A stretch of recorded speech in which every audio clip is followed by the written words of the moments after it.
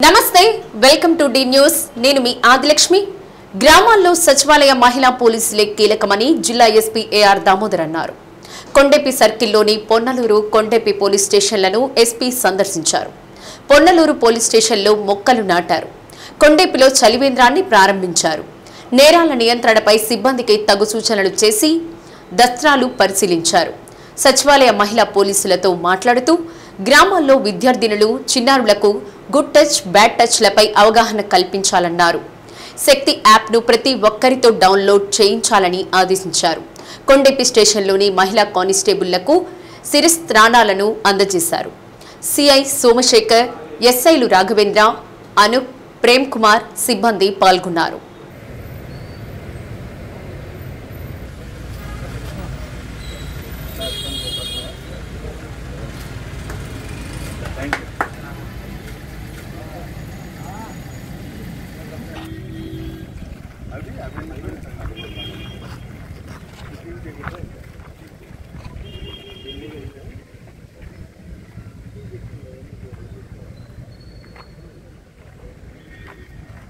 పొన్నలూరు కూడా మీరు చూస్తారా?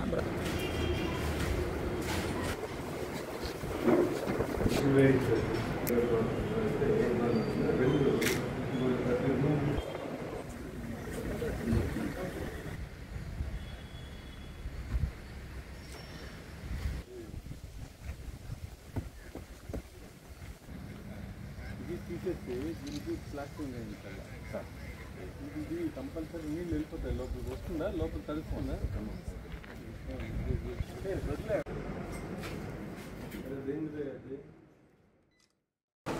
ప్రజల ఆదాయ మార్గాలు తగ్గిపోయాయి. స్థిరాస్తి లావాదేవీలు పెద్దగా జరగడం లేదు. రియల్ ఎస్టేట్ వ్యాపారం మందగమనంతో రిజిస్ట్రేషన్ శాఖ ద్వారా వచ్చే ఆదాయం గణనీయంగా తగ్గిపోయింది. రాబడి పెంచేందుకు ప్రభుత్వం చేసిన ప్రయత్నం ఫలించలేదు. జిల్లాలో రిజిస్ట్రేషన్ల సంఖ్య గణనీయంగా తగ్గిపోవడంతో జిల్లాకు నిర్దేశించిన లక్ష్యాన్ని చేరుకోవడానికి కష్టతరంగా మారింది. 2024-25 ఆర్థిక సంవత్సరానికి జిల్లాకు 502.56 కోట్లు లక్ష్యంగా నిర్దేశించినప్పటికీ మార్చి మాసాంతానికి 331.25 కోట్ల మేర మాత్రమే రిజిస్ట్రేషన్ల ద్వారా ఆదాయం సమకూరింది. ప్రభుత్వం నిర్దేశించిన లక్ష్యంలో 65.91% మాత్రమే సాధించగలిగారు. ప్రజల కొనుగోలు శక్తి తగ్గిపోవడంతో ఆస్తుల క్రయ విక్రయాలు పడిపోయాయి. ప్రధానంగా పశ్చిమ ప్రాంతాల్లో భూముల అమ్మకాలు బాగా పడిపోయాయి. దీంతో పాటు రియల్ ఎస్టేట్ వ్యాపారం కూడా మందగించడంతో రిజిస్ట్రేషన్ల ఆదాయం 35%కి పైగా తగ్గిపోయాయి. జిల్లాకు రిజిస్ట్రేషన్ల ద్వారా ప్రభుత్వం నిర్దేశించిన లక్ష్యాన్ని చేరుకోలేకపోయామని జిల్లా రిజిస్ట్రార్ ఆళ్ల బాలాంజనేయులు తెలిపారు. పశ్చిమ ప్రకాశంలో రిజిస్ట్రేషన్లు తగ్గిపోయాయన్నారు. రిజిస్ట్రేషన్లపై రియల్ ఎస్టేట్ ప్రభావం కూడా పడిందని, అందువల్ల ప్రభుత్వం నిర్దేశించిన లక్ష్యాన్ని చేరుకోలేకపోయామన్నారు. 65.91% మనకి అచీవ్ అయ్యాము. మెయిన్ మనకేంటంటే వెస్ట్రన్ ప్రకాశంలో రిజిస్ట్రేషన్లు బాగా తగ్గిపోయినాయి. వెస్ట్రన్ ప్రకాశం అంటే ఇటు పొదిలి పైన నుంచి కూడా మనకి డ్రాట్ ఏరియా ఉండబట్టి కొంచెం రిజిస్ట్రేషన్ తగ్గిపోయినాయి. ప్లస్ రియల్ ఎస్టేట్ కూడా కొంచెం స్లో అయింది, అందుకని రిజిస్ట్రేషన్లు పడిపోయినాయి. ఈ సంవత్సరం మళ్ళా ఇంకా ఇవ్వలేదు టార్గెట్, ఇంకొక 2-3 డేస్లో ఇస్తారు. ఇచ్చిన దాన్ని బట్టి మేము ప్లాన్ చేసుకుంటాం. రాబోయే 2 నెలలు ఎండ తీవ్రతతో పాటు వడగాల్పులకు అవకాశం ఉన్నందున ప్రజల్ని అప్రమత్తం చేయాలని డిఎంహెచ్ డాక్టర్ టి వెంకటేశ్వర్లు ఆదేశించారు. డిఎంహెచ్ఓ కార్యాలయం నుండి పిహెచ్సి వైద్యాధికారులు, ప్రోగ్రాం అధికారులతో వీడియో సమావేశం నిర్వహించారు. జాతీయ ఆరోగ్య కార్యక్రమాల అమలుపై సమీక్షించారు. అనంతరం వడగాల్పుల ప్రభావం, ముందస్తు జాగ్రత్తల గురించి చర్చించారు. అన్ని కేంద్రాల్లో అవసరమైన సెలైన్లు, ఓఆర్ఎస్ సిద్ధంగా ఉంచుకోవాలన్నారు. ప్రజలు వడదెబ్బకు గురి కాకుండా ఎలాంటి జాగ్రత్తలు తీసుకోవాలనేది తెలియచేయాలన్నారు. పాఠశాలలకు ఈ నెల 23 నుండి వేసవి సెలవులు ఇస్తున్నందున ఆరోగ్య పరీక్షలు ఈలోపు పూర్తి చేయాలన్నారు. ప్రధానమంత్రి మాతృవందన యోజన, ఎన్సిడి 3.0 కార్యక్రమం లక్ష్యాలు పూర్తి చేయాలన్నారు. ప్రస్తుతం నిర్మాణంలో ఉన్న ఆరోగ్య శాఖ భవనాల పరిస్థితిని అడిగి తెలుసుకున్నారు. మాతృ మరణాలు అరికట్టడానికి రక్తహీనత ఉన్న గర్భిణులను ముందుగా గుర్తించి అవసరమైన చికిత్స అందించాలన్నారు. సమావేశంలో ఇమ్యునైజేషన్ అధికారి P Padmaja, DPMO doctor Soujanya, doctor Vanisri, Shravan Kumar, Srivani, Hemanth, data manager Chella Prabhakar Reddy పాల్గొన్నారు.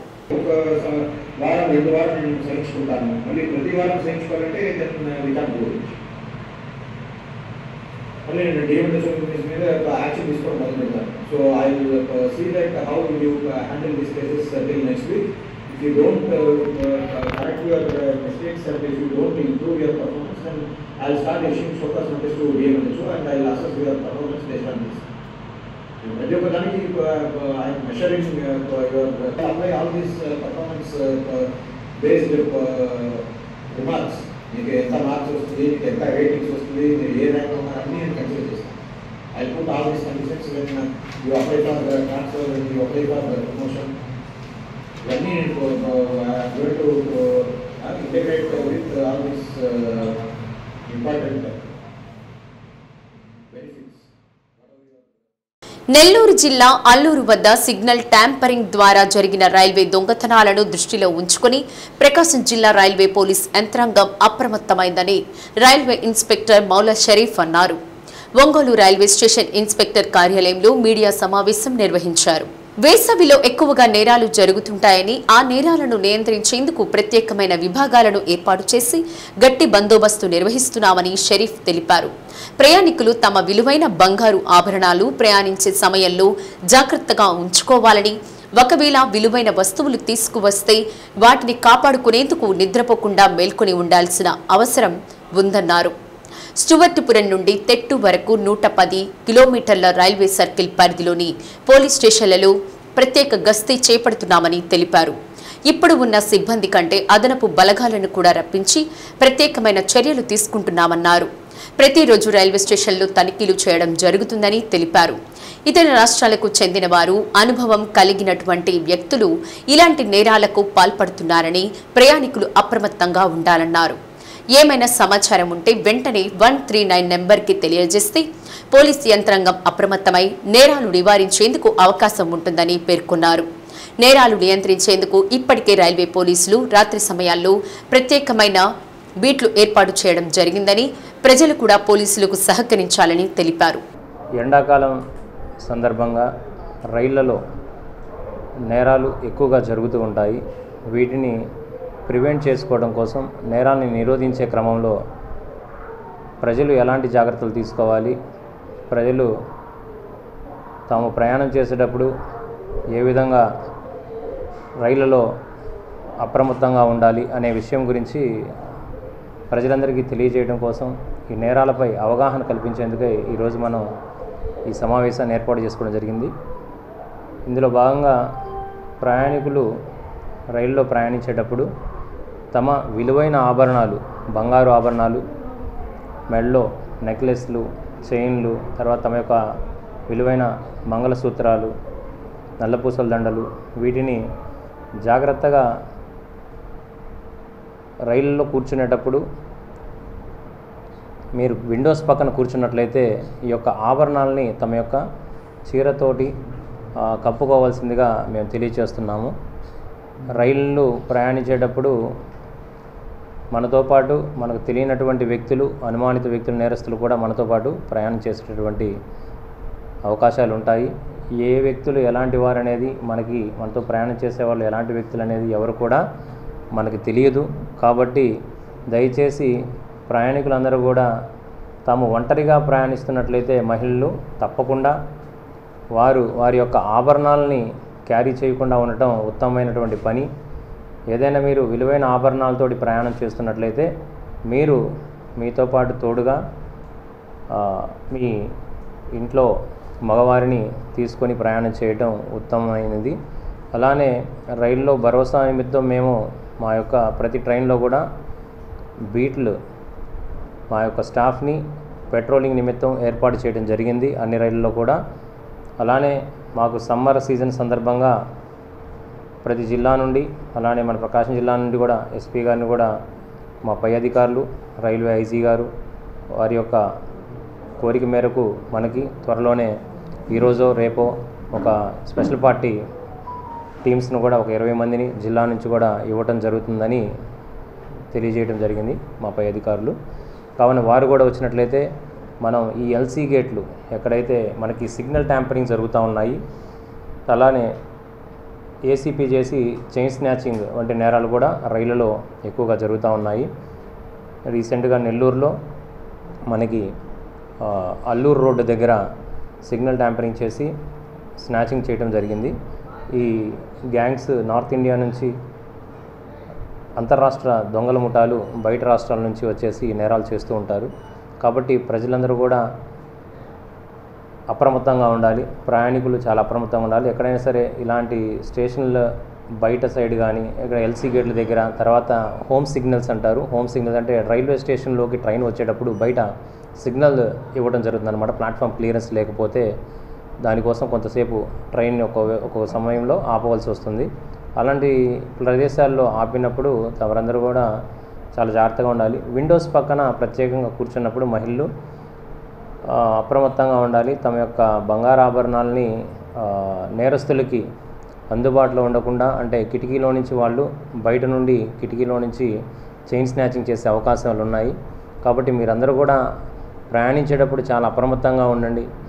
మన తోటి ప్రయాణికులకి ఏదైనా హాని జరిగేటప్పుడు సమాజంలో మన బాధ్యతగా పక్కన ఉన్నటువంటి వ్యక్తులు కూడా మీరు ఆ నేరస్తుని పట్టుకోవడానికి, లేదంటే కనీసం ఆ కంపార్ట్మెంట్లో ఉన్న డోర్లైనా వేసినట్లయితే, మీరు ఆ ట్రైన్లో కంపార్ట్మెంట్ డోర్లైనా వేసినట్లయితే వాళ్ళని నిలువరించేటటువంటి అవకాశం ఉన్నది. ఆ విధంగా మనం నేరస్తులను కూడా పట్టుకోవడానికి అవకాశం ఉంటుంది.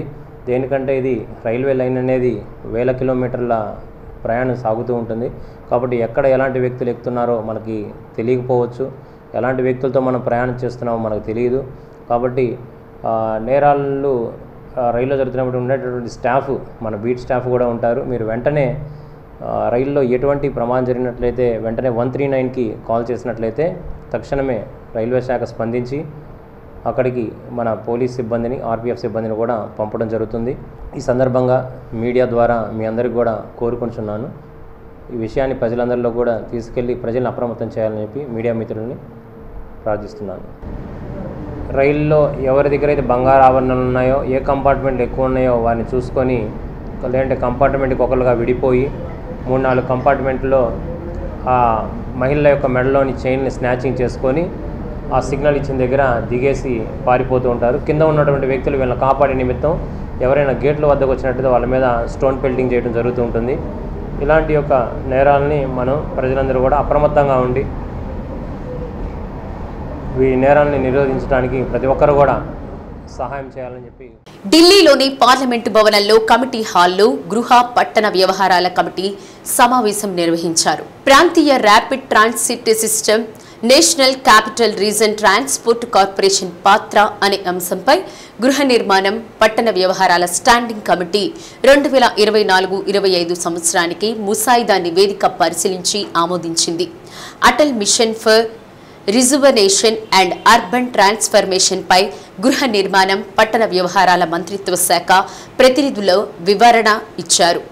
పలు అంశాలపై సమీక్ష నిర్వహించిన గృహ పట్టణ వ్యవహారాల committee chairman Ongole MP Magunta Srinivasulu Reddy, committee సభ్యులు, పలు శాఖల అధికారులు, ప్రతినిధులు పాల్గొన్నారు. అర్హులైన పేదలకు నివేశన స్థలాలు 2 సెంట్లు ఇవ్వాలని కోరుతూ జిల్లా కలెక్టర్ కార్యాలయం వద్ద ఈ నెల 10వ తేదీ మహాధర్నా నిర్వహిస్తున్నట్లు సిపిఐ జిల్లా కార్యదర్శి ఎంఎల్ నారాయణ అన్నారు. ఒంగోలు సిపిఐ కార్యాలయంలో సంతనూతలపాడు సిపిఐ కమిటీ సమావేశం నిర్వహించారు. గత ప్రభుత్వం పేద మధ్యతరగతి ప్రజలకు సెంటు భూమి లెక్కన అర్హత పత్రాలు ఇచ్చిందని, వాటికి సంబంధించిన పట్టాలు ఇవ్వలేదని నారాయణ అన్నారు. తద్వారా అధికారంలోకి వచ్చిన కూటమి ప్రభుత్వం 2 సెంట్లు ఇస్తామని చెప్పి ఇంతవరకు దాని ఊసే ఎత్తడం లేదని పేర్కొన్నారు. ఈ నెల 10వ తేదీన సిపిఐ రాష్ట్ర కార్యదర్శి రామకృష్ణ గత వైసీపీ ప్రభుత్వం ఇచ్చిన భూముల పరిశీలనకు వస్తున్నారని, అనంతరం కలెక్టర్ కార్యాలయం వద్ద జరిగే ధర్నాలో పాల్గొంటారని తెలిపారు. ధర్నాలో శివారు ప్రాంతాలైన పేర్నమిట్ట, అగ్రహారం, కార్మిక నగర్, ఇతర ప్రాంతాలకు చెందిన నివేశన స్థలాలు లేని నిరుపేదలందరూ హాజరవుతారన్నారు. అనంతరం జిల్లా కలెక్టర్కు వినతి పత్రం అందజేస్తామని పేర్కొన్నారు. కార్యక్రమంలో సిపిఐ జిల్లా కార్యదర్శి వర్గ సభ్యులు ఆర్ వెంకట్రావు, నగర సిపిఐ కార్యదర్శి కొత్తకోట వెంకటేశ్వర్లు, సంతనూతలపాడు మండల కార్యదర్శి బుల్లి తదితరులు పాల్గొన్నారు. ఎన్డీఏ ప్రభుత్వం అధికారంలోకి వచ్చిన తర్వాత ఈ 9-10 నెలల కాలంలో రాష్ట్రంలో ఇళ్ల స్థలాలు లేని అనేక మంది పేదలకు ఇళ్ల స్థలాలు ఇవ్వాలని, అలాగే సాగు భూములు లేని పేదలకి సాగు భూములు ఇవ్వాలని రాష్ట్ర వ్యాప్తంగా సిపిఐ ఆధ్వర్యంలో పెద్ద ఎత్తున గత 4 మాసాలుగా పెద్ద ఎత్తున పోరాటం నడుస్తోంది. అందులో భాగంగా ఒంగోలు, ప్రకాశం జిల్లాలను, ముఖ్యంగా ఒంగోలు నగరంలో ఈ ఇళ్ల స్థలాల సమస్య చాలా పెద్ద ఎత్తున ఒంగోలు నగరంలో ఉంది. కారణం, గత 20 సంవత్సరాలుగా ఒంగోలు నగరంలో పొట్ట చేత పట్టుకొని బతకడానికి వచ్చిన అనేక మంది పేదలకి ఇళ్ల స్థలాలు లేక, వాళ్ళు అద్దెలు కట్టలేక తీవ్రమైన ఇబ్బందులు ఒంగోలు నగరంలో ఎదుర్కొంటూ ఉన్నారు. 2014-19 మధ్యకాలంలో ఆనాడు తెలుగుదేశం ప్రభుత్వం అధికారంలో ఉన్నప్పుడు ఆనాటి ఒంగోలు శాసనసభ్యుడు జనార్దన్ గారు కుప్పోలు దగ్గర ఒక 4,000 మందికి పట్టాలు ఇచ్చారు. ఆ 4,000 మంది పట్టాలు, ఆ ఇచ్చిన స్థలాలు అనువైనవి కాదని, నివాసయోగ్యం కాదని, వర్షం వస్తే నీటిలో మునిగిపోతాయనే ఉద్దేశంతో ఆ పట్టాలను రద్దు చేయడం జరిగింది. మేము అడుగుతున్నాం, ఈరోజు ఎవరికి పట్టా ఇవ్వాలన్నా పట్టా అప్లై చేసుకునే వాడికి రేషన్ కార్డు లేకపోతే ఆధార్ కార్డు ఆధారంగా పట్టా ఇస్తున్నారు. ఆధార్ కార్డుని మనం అప్లోడ్లో ఆధార్ నంబర్ని నొక్కితే ఎవరైతే లబ్ధిదారు ఉన్నాడో లబ్ధిదారుల జాతకం అంతా వస్తుంది. ఆధార్ కార్డు ఆధారంగా ఇచ్చిన వాటిలో అనర్హులు ఉన్నారనే దాన్ని అంటే అది అధికారులు తప్పు చేసినట్టు తప్ప ప్రజలు తప్పు చేసినట్టు కాదు. కాబట్టి మేము కమ్యూనిస్ట్ పార్టీగా డిమాండ్ చేస్తుంది ఏంటంటే, ఏదైతే ముఖ్యమంత్రి గారు హామీ ఇచ్చారో పట్టణ ప్రాంతాల్లో 2 సెంట్లు ఇస్తామని, ఆ 2 సెంట్లని గతంలో అగ్రహారం దగ్గర ఇచ్చిన 1 సెంటుని ఎన్హాన్స్ చేసి వాటన్నిటిని మళ్ళీ తిరిగి 2 సెంట్లుగా మార్చి లబ్ధిదారులందరికీ మళ్ళీ తిరిగి పట్టాలు ఇవ్వాలి. వాళ్ళకి ప్రభుత్వం ఏదైతే చెప్పిందో 4 లక్షలు ఇస్తామని చెప్పి ఆ 4 లక్షలతో పాటు మరొక 1 లక్ష కలిపి 5 లక్షల రూపాయలు ఇస్తే ప్రతి పేదవాడు ఇల్లు నిర్మాణం చేసుకోవడానికి, అప్పు లేకుండా ఇల్లు నిర్మాణం చేసుకోవడానికి అవకాశం ఉంటుందని కమ్యూనిస్ట్ పార్టీగా పెద్ద ఎత్తున రాష్ట్ర వ్యాప్తంగా పోరాటం జరుగుతోంది. అందులో భాగంగా రేపు 10వ తేదీన, ఈ నెల 10వ తేదీన సిపిఐ రాష్ట్ర కార్యదర్శి మాజీ శాసనసభ్యుడు రామకృష్ణ గారు ఒంగోలు నగరం ఇచ్చేస్తున్నారు. ఒంగోలు నగరం రావడంతో పాటు అగ్రహారం భూముల్ని పరిశీలించడం, అలాగే లబ్ధిదారులందరితోటి కలెక్టర్ ఆఫీస్ దగ్గర ధర్నా చేయడంతో పాటు కలెక్టర్ గారిని కూడా ఈ విషయంలో మీరు ఏ చర్యలు తీసుకోబోతున్నారు, అట్లాగే ఒంగోలు నగరంలో ఇక్కడ గత 20 సంవత్సరాలుగా 15-20 సంవత్సరాలుగా ఇల్లు వేసుకొని నివసిస్తున్న సరళాదేవి నగర్ వాసులకు పట్టాలు ఇవ్వాలని, అలాగే దత్తాత్రేయ కాలనీలో ఉండే ఎస్టీలకు పట్టాలు ఇవ్వాలని, అలాగే ఇక్కడ గుంటూరు పోయే రోడ్లో ఉన్న కార్మిక నగర్లో వాసులకి పట్టాలు ఇవ్వాలని కోరుతూ కలెక్టర్ గారిని అవన్నీ ఫైల్స్ సబ్మిట్ చేయడంతో పాటు కలెక్టర్ గారితో ప్రత్యేకంగా ఈ విషయాలన్నీ చర్చించడానికి రామకృష్ణ గారు వస్తున్నారు. 10వ తేదీన ఒంగోలు నగరంలో ఉండే గత ప్రభుత్వం హయాంలో ఎవరైతే 22,000 మంది పట్టా పొందిన వాళ్ళు ఉన్నారో వాళ్ళందరూ 10వ తేదీన అగ్రహారం భూముల దగ్గరికి రండి. రామకృష్ణ గారి ఆధ్వర్యంలో జరుగుతున్న ధర్నా కార్యక్రమంలో కలెక్టర్ ఆఫీస్ దగ్గర పాల్గొనండి. కలెక్టర్ తోటి చర్చించే సందర్భంలో దీన్ని 2 సెంట్లుగా మార్చి లబ్ధిదారులు అర్హులందరికీ ఇవ్వాలని చెప్పి కమ్యూనిస్ట్ పార్టీ చేస్తున్న ఈ పోరాటంలో ప్రజలు, లబ్ధిదారులు పెద్ద ఎత్తున పాల్గొనాలని, 10వ తేదీ జరుగుతున్న ఈ ఉద్యమంలో ప్రజలు కలిసి రావాల్సిందిగా, ధర్నా కార్యక్రమంలో పాల్గొనవలసిందిగా ఒంగోలు పట్టణ ప్రజానీకానికి భారత కమ్యూనిస్ట్ పార్టీ సిపిఐ ఒంగోలు నగర సమితి పక్షాన, అలాగే సిపిఐ ప్రకాశం జిల్లా సమితి పక్షాన ప్రజానీకానికి విజ్ఞప్తి చేస్తాం. జిల్లాలో 11 మండలాలు తీవ్ర, మరో 6 ఒక మోస్తారు తీవ్రత కరువు నెలకొన్న మండలాలుగా ప్రభుత్వం ప్రకటించింది. జిల్లా అంతటా రబీలో కరువు వాతావరణం నెలకొంది. కీలకమైన అక్టోబర్, నవంబర్లో సరైన వర్షాలు లేవు. పంటల సాగు కూడా అంతంత మాత్రంగానే ఉంది. కరువు మండలాలుగా ప్రకటించడంతో రైతులకు కొంతమేర మేలు జరిగే అవకాశం ఉంది. దీంతో పాటు తాగునీటి సమస్య పరిష్కారానికి అదనపు నిధులు మంజూరుతో పాటు ఉపాధి హామీ పథకంలో పని దినాలు పెరిగి జిల్లా ప్రజలకు ఉపశమనం కలగనుంది. జిల్లా వ్యాప్తంగా 17 మండలాలను కరువు మండలాలు ప్రకటించడం జరిగిందని జిల్లా వ్యవసాయ అధికారి శ్రీనివాసరావు తెలిపారు. రబీ సీజన్లో కరువు వల్ల పంటల దిగుబడి తగ్గే అవకాశం ఉందన్నారు. పంటల సాగును దృష్టిలో పెట్టుకుని కరువు మండలాలను ప్రకటించడం జరిగిందన్నారు. కరువు ప్రభావిత ప్రాంతాల్లో వ్యవసాయ రుణాల రీషెడ్యూల్ చేయడంతో పాటు దిగుబడులు తగ్గి ఆదాయం కోల్పోయిన రైతులకు ఇన్పుట్ సబ్సిడీకి ప్రభుత్వానికి సిఫార్సు చేయనున్నట్లు తెలిపారు. కరువు మండలాల్లో తాగునీటికి అదనపు నిధులు సమకూరుతాయని, కరువు నుండి ఉపశమనం కలిగించేందుకు ఉపాధి హామీ పథకంలో పని దినాలు పెంచే అవకాశం ఉందని శ్రీనివాసరావు అన్నారు. ప్రకాశం జిల్లాలో రబీలో మనకి 3,97,000 ఎకరాలు మనకి వివిధ రకాల పంటలు సాగు చేయడం జరుగుతుంది. సో మనకి 31 మార్చి దాకా మనం చూసినట్లయితే 3,06,000 ఎకరాలలో వివిధ రకాల పంటలు సాగు చేసినట్లుగా మనకి డేటా అనేది ఉంది. సో ముఖ్యంగా మనకి రబీ సీజన్లో వివిధ రకాల పంటలు ఈ డ్రాట్ వల్ల వాటి యొక్క దిగుబడి అనేది తగ్గేదానికి అవకాశం ఉంటుంది. కాబట్టి మనం అక్టోబర్ నుంచి డిసెంబర్ దాకా మనం రెయిన్ఫాల్ డేటా, అదేవిధంగా ఫిబ్రవరి 28 దాకా మనకి పంటల సాగు విస్తీర్ణం చూసుకొని మనం ఈ కరువు మండలాలు ప్రకటించేదానికి మనం ప్రపోజల్ కలెక్టర్ గారి ద్వారా పంపడం జరిగింది. దీంట్లో భాగంగా మనం గత మాసంలో కలెక్టర్ గారు వారి చేతుల మీదుగా వారి ద్వారా పంపడం జరిగింది. దాంట్లో మనకి ఇప్పటికీ 17 మండలాలు కరువు మండలాలుగా ప్రభుత్వం ప్రకటించింది. టోటల్గా ఏపీ రాష్ట్రంలో 51 మండలాలు కరువు మండలాలుగా ప్రకటిస్తే దాంట్లో అంటే 6 జిల్లాలు ప్రకటించడం జరిగిందండి. దాంట్లో ప్రకాశం ఒక్క జిల్లా మాత్రమే 17 మండలాలు కరువు మండలాలుగా ప్రకటించారు. దాంట్లో 17లో కూడా 11 తీవ్రమైన కరువు మండలాలు, 6 మధ్యస్థ మండలాలుగా ప్రభుత్వం వారు ప్రకటించడం జరిగింది. దీనివల్ల ముఖ్యంగా రైతులకి వనగూరే లాభాలు ఏంటంటే వాళ్ళు తీసుకున్నటువంటి బ్యాంకుల్లో తీసుకున్నటువంటి లోన్లని రీషెడ్యూల్ చేసుకునే అవకాశం ఉంటుంది.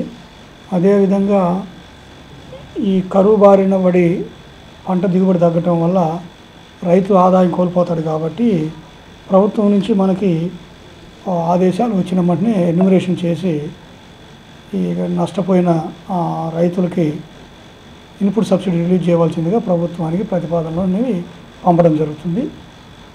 ఇంకా ముఖ్యంగా ఎక్కడైతే మనకి నీటి సమస్య, తాగునీటి సమస్య ఉంటుందో అక్కడ ప్రభుత్వం వారు ప్రత్యేకమైన ఈ కరువుకు ప్రకటించిన మండలాల్లో ప్రత్యేకమైన నిధులు ఇచ్చి నీరు డ్రింకింగ్ వాటర్కి ఇవ్వడం జరుగుతుంది. ఈ విధంగా మనకి రైతులకి ప్రత్యేకమైనటువంటి లాభాలు అంటే ఈ కరువు నుంచి కొంత ఉపశమనం జరగడానికి ప్రభుత్వం వారు ఈ చర్యలు అనేవి తీసుకోవడం జరుగుతుంది. అదేవిధంగా ఎన్ఆర్జీఎస్ కింద కూడా మనకి 100 రోజులు దాన్ని కూడా పెంచే అవకాశం, 150 రోజుల దాకా పెంచే అవకాశం కూడా ఈ కరువు ప్రకటించిన మండలాల్లో అవకాశం ఉంటుందని తెలియజేస్తాం. ఒంగోలు నగరంలోని జిల్లా పోలీస్ కార్యాలయం క్యాంపస్లో వేంచేసి ఉన్న సీతారామచంద్ర స్వామి వారి దేవస్థానంలో వసంత నవరాత్రులు అత్యంత వైభవంగా జరుగుతున్నాయి. గత 4 రోజుల నుండి జరుగుతున్న ఉత్సవాల్లో ప్రతిరోజు ఒక ప్రత్యేక కార్యక్రమాన్ని నిర్వహిస్తున్నారు. సీతారామచంద్ర స్వామి వారికి ప్రత్యేక పూజా కార్యక్రమాలు జరిపించి భక్తులకు అన్నదాన కార్యక్రమం చేపట్టారు. బాలాజీ మహిళా కోలాట సమాజం శిక్షకురాలు గన్నెపూడి విష్ణుప్రియ ఆధ్వర్యంలో మహిళలు చేసిన కోలాట ప్రదర్శన ఆకట్టుకుంది. కార్యక్రమంలో ఆలయ కమిటీ సభ్యులు, భక్తులు పాల్గొన్నారు.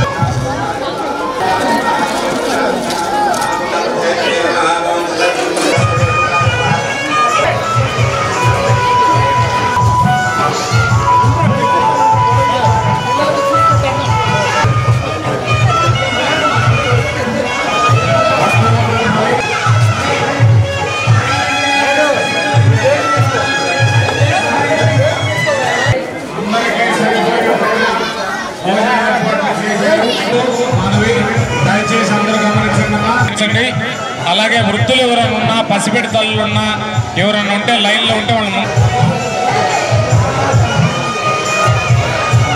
కాలం చెల్లిన ఫోన్లతో తాము విధులు నిర్వహించలేమని anganwadi workers and helpers union జిల్లా ప్రధాన కార్యదర్శి ఈదర అన్నపూర్ణ అన్నారు. ప్రకాశం జిల్లాలోని అన్ని క్లస్టర్ల నుండి అంగన్వాడీ వర్కర్స్ యూనియన్ క్లస్టర్ నాయకులు అంగన్వాడీలు పెద్ద ఎత్తున జిల్లా స్త్రీ సంక్షేమ శాఖ కార్యాలయానికి వచ్చి తమకు ఇచ్చిన ఫోన్లను జిల్లా కేంద్ర కార్యాలయంలో అందజేశారు.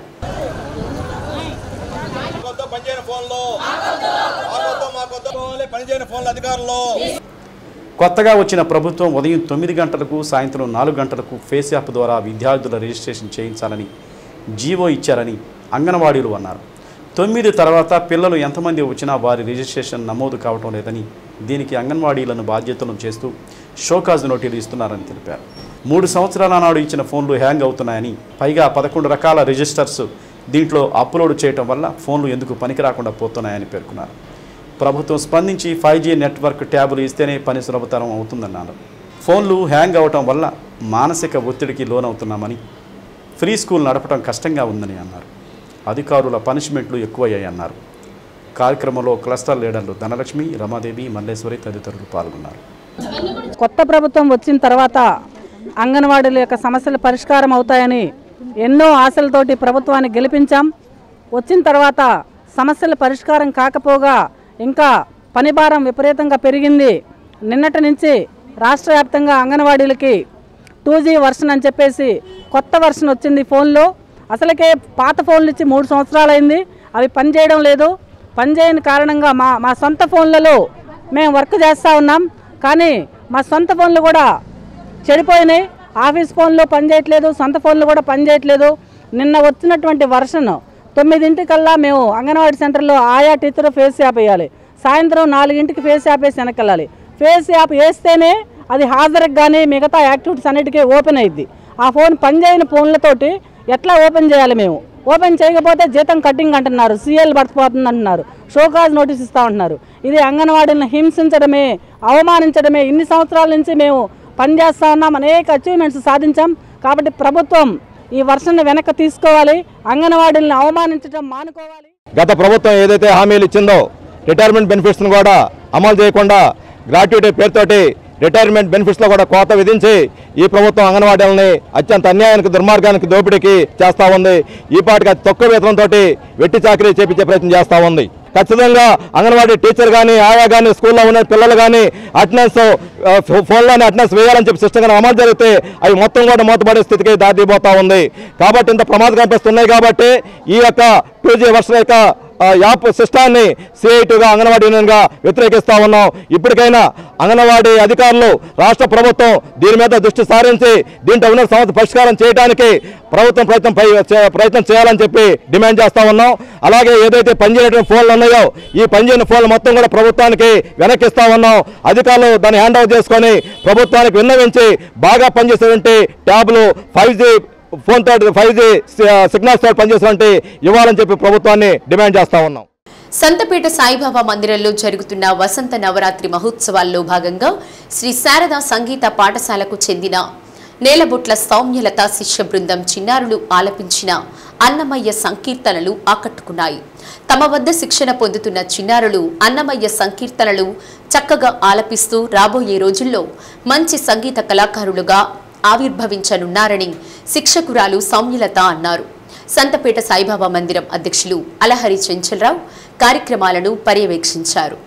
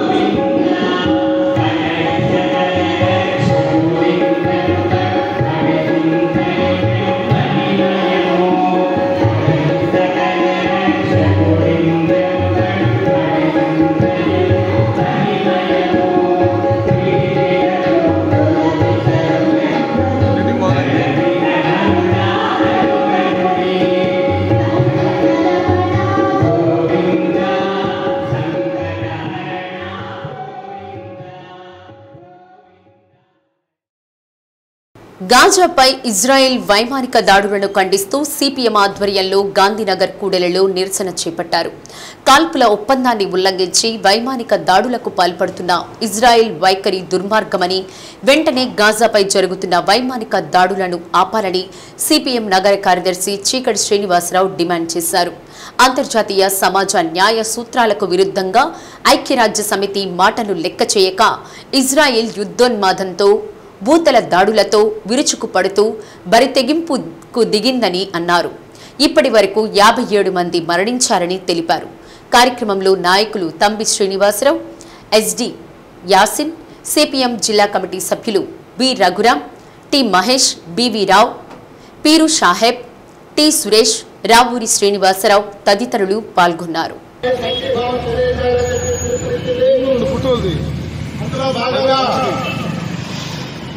గాంధీనగర్ ఏరియాలో ఉన్నటువంటి పార్టీ కార్యకర్తలు, సభ్యులు, సార్వజనికులందరూ కలిసి ఈరోజు ఈ సంఘీభావ కార్యక్రమాన్ని ఏర్పాటు చేయడం జరిగింది. ఈ కార్యక్రమంలో పాల్గొన్నటువంటి నాయకులు, కార్యకర్తలందరికీ పార్టీ అభినందనలు తెలియజేస్తా ఉన్నాం. 2023 అక్టోబర్ 9వ తేదీన ఇజ్రాయెల్ గాజా మీద దాడి చేసింది. అప్పటి నుంచి ఇప్పటి వరకు 2025 మే 19వ తేదీన యుద్ధాన్ని ఆపాలని చెప్పి ప్రపంచంలో ఉన్నటువంటి అన్ని దేశాలు ఐక్యాన్ని కూడుకొని ఒక శాంతియుత ఒప్పందాన్ని చేయడం జరిగింది. 16-17 కాలంలో పాలస్తీనా పౌరులు 50,000 మంది చనిపోయారు. యుద్ధంలో 1,43,000 మంది చనిపోయారు. యుద్ధంతో ఇవన్నీ సంబంధం లేదు. గవర్నమెంట్ మసీదులలో మహిళలు, వృద్ధులు, చర్చిలు, మసీదులు వీటిని టార్గెట్ చేసి బాంబుల వర్షం కురిపించి ఇజ్రాయెల్ దేశంలో అసలు కాజారైనటువంటి పౌరస్థులు లేకుండా చేయడం కోసం ఒక దుర్బుద్ధితో, ఆక్రమణతో అమానుషమైనటువంటి దాడులు చేస్తా ఉన్నారు. కాబట్టి ఈ దాడుల్ని తీవ్రంగా భారత ప్రజలు ప్రపంచవ్యాప్తంగా ఖండిస్తున్నారు. అనేక దేశాలు కూడా ఖండిస్తూ ఉన్నాయి. అయినప్పటికీ అమెరికాలో జరిగిన ఎన్నికల్లో రెండోసారి ట్రంప్ అధికారంలోకి వచ్చిన తర్వాత $53,000 బిలియన్ ఇజ్రాయెల్ దేశానికి ఇచ్చి ఆయుధాలు సమకూర్చి ఏదైనా సరే దాన్ని నమ్మదీసుకోవడం. డి న్యూస్లో నేటి మాట. మనసు చెడు ఆలోచనలతో నిండిపోయినప్పుడు మంచి చెప్పేవారు శత్రువులుగాను, చెడ్డవారు శ్రేయోభిలాషులుగాను కనిపిస్తారు. డి న్యూస్ ఇంతటితో సమాప్తం. నమస్కారం.